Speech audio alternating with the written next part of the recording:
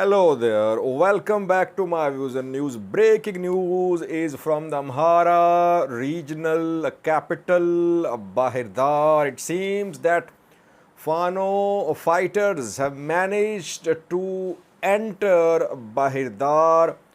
Were they already inside Bahir Dar or did they manage to break into Bahir Dar from one direction?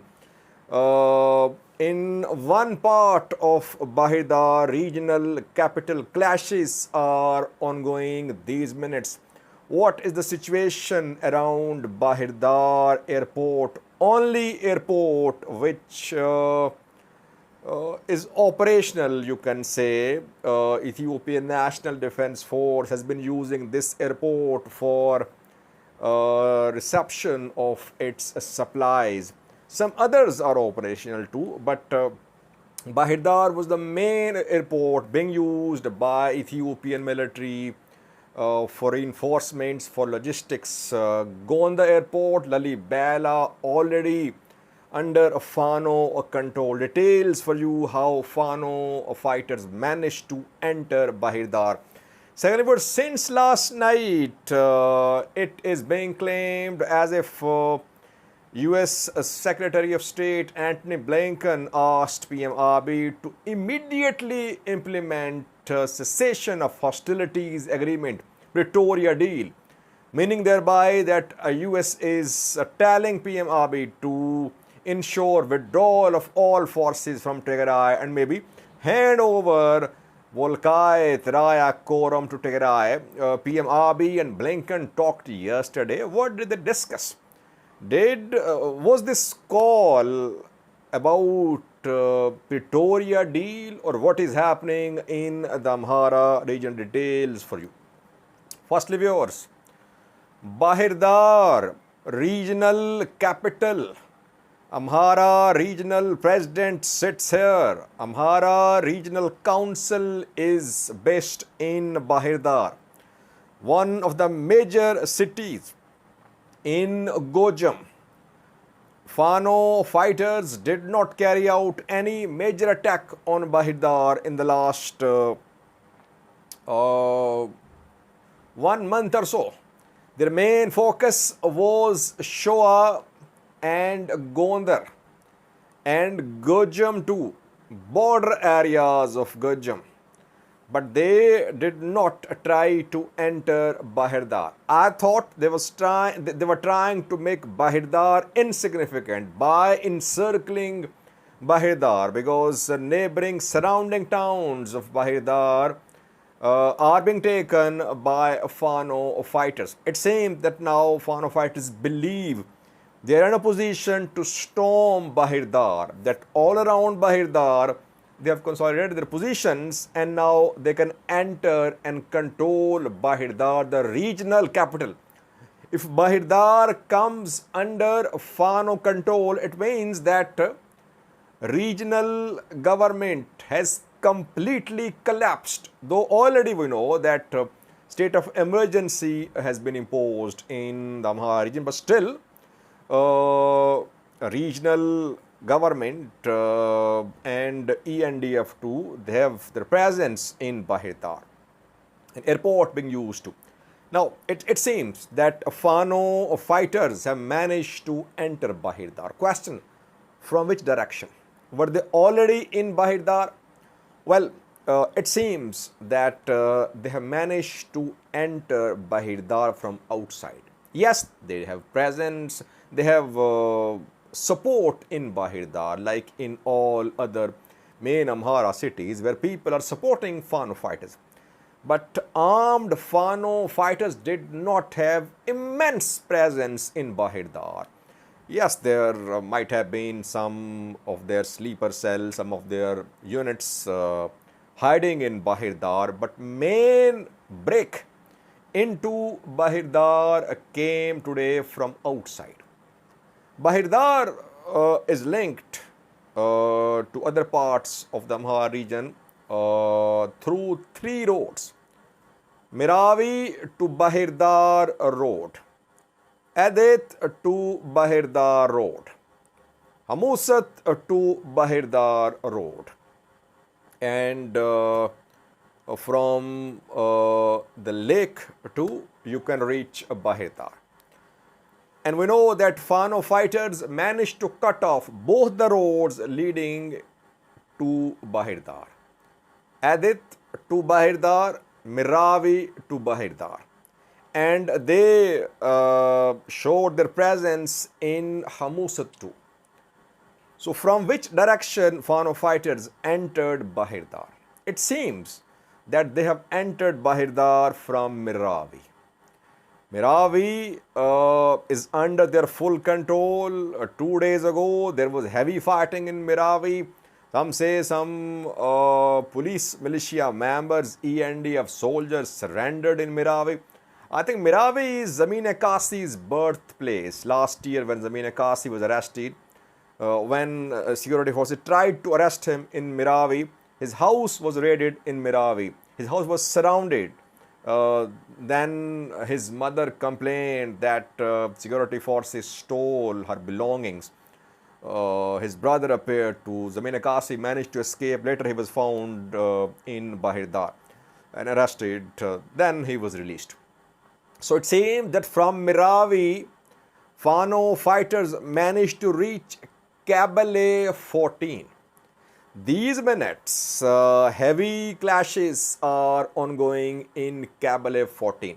This morning, I showed you pictures from Bahir Dar.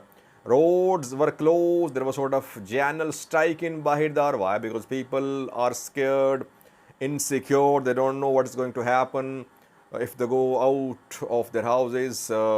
In Gondar, there was urban combat. So that is why people were indoors or they were waiting for Fano fighters to come to the city. So Fano fighters managed to enter Bahir Dar from Miravi. Heavy fighting ongoing in Kabale 14. This is western part of Bahir Dar city. And to the west of Kabale 14 is airport. Bahir Dar airport is obviously at a distance from the city, like Gondar airport is outside the city. Same is the case here with Bahir Dar airport. It is outside Bahir Dar city and fighting is being reported close to Bahir Dar airport too. It means that Ethiopian military now cannot use this airport for logistics supply to its forces in and for areas around Bahir Dar. Third airport in the region which is going to be non-operational. Non-operational already because we know that Ethiopian Airlines has suspended flights to all major airports of the Amhara region. Flights for Saturday and Sunday to Dasse, to Lalibela, Gondar, suspended. Bahir Dar airport was being used by Ethiopian Air Force, Ethiopian military. Now when fighting is ongoing very close to the airport, it means that now this airport is going to be non-operational too. Fano fighters are making announcements telling police and militia to join the Fano fighters. Could there be urban combat in Bahir Dar? That remains to be seen. Bahir Dar is not under full control of Fano these minutes. Fano fighters have managed to break into Bahir Dar from western side and they are around airport. But will there be complete control of Fano of Bahir Dar? That remains to be seen because I think ENDF is deployed in Bahir Dar. Maybe Republican guards there too. Will there be urban combat like we saw in Gondar? That remains to be seen. But so far, Fano fighters have managed to enter Bahir Dar. What will they do? They are asking police and militia to join Fano or to stay neutral. They are saying that we are not fighting against you. So surrender or be neutral. Don't be part of this conflict. They are threatening, warning police and militia members. But I think Ethiopian National Defense Force is based in Bahir Dar too. What about Amhara regional government? What about Amhara regional government officials? Are they in Bahir Dar? Difficult to say. Is Yilkal in Bahir Dar, the president? Difficult to say. We did not see him in Bahir Dar in the last 3 to 4 days. Maybe he has fled, but we don't know. But if fighting is ongoing in Bahir Dar around the airport, it means that Now, Yelkal and others who are in Bahir Dar, they cannot flee Bahir Dar by air if they are here. I think by now they might have fled Bahir Dar, maybe by air yesterday, but it's not confirmed. Though there are rumors going around that they already fled 3 to 4 days ago, but we don't have any verified information. So that is what is happening in Amhara regional capital.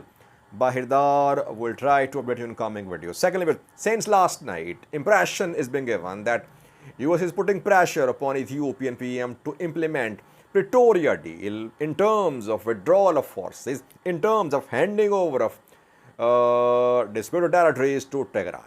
Antony Blinken, US Secretary of State, called Ethiopian PM Abiy to discuss issues linked to peace, prosperity, and stability.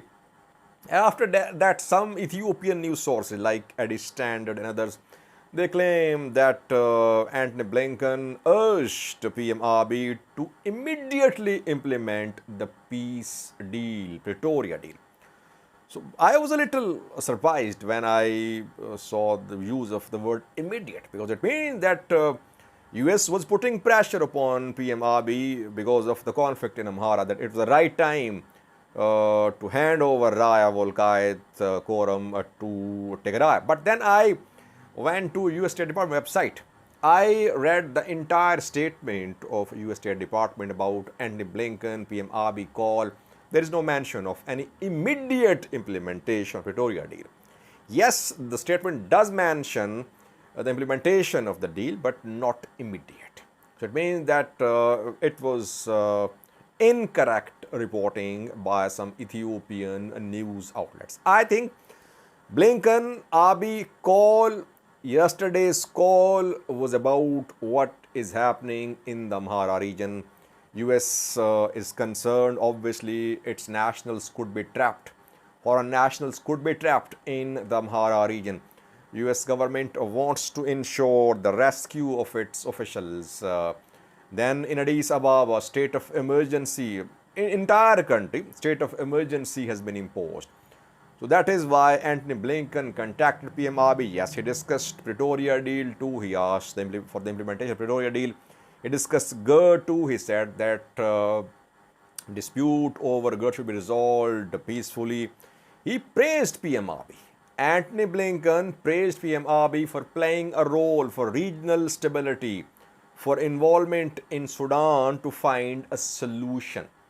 So overall, there is no pressure evident from the statement that US allegedly tried to put upon Ethiopian PM Abiy to immediately implement the Pretoria deal. Pretoria deal cannot be implemented immediately now. We're going to see big changes regarding the implementation of the deal too. US is concerned. By the way, EU Special Envoy Annette Weber was in Tigray 2 days ago. She held some meeting there with the Tigray interim president, and Antony Blinken is calling PM Abiy. So US and EU, they are relevant players in Ethiopia. They want to be relevant players in Ethiopia, but they are concerned, or they want to be involved in the resolution of the conflict in Amhara. There was a mention of Oromia too in US State Department statement that situation in Amhara, Oromia should be resolved peacefully. Let's see. In the 2-year-long war, US took a very strong position in support of Tigray's narrative. It warned, it threatened Ethiopian government, and it announced some sanctions too on Ethiopian government officials. It accused the government of human rights abuses in Tigray. So far, US is not condemning the imposition of state of emergency in Amhara. It is only calling for resolution of the conflict. Will US actively back Amhara groups like US back diplomatically, like the US backed TPLF, because TPLF had ties with US. TPLF remained in power through lobbying. It strengthened ties with US during its rule of around 3 decades. Can Amhara diaspora, through lobbying, get US support to put pressure upon Ethiopian government? That will happen, by the way. In coming days, you will see efforts by Amhara diaspora to get international support. They'll raise the issue of human rights violations, civilian killings, etc. in the Amhara region. But last night's call was not about immediate implementation of Pretoria deal. It was mainly about Amhara and then Oromia, and obviously about Tigray, about resumption of food aid to Tigray to other parts of Ethiopia. Thank you for watching.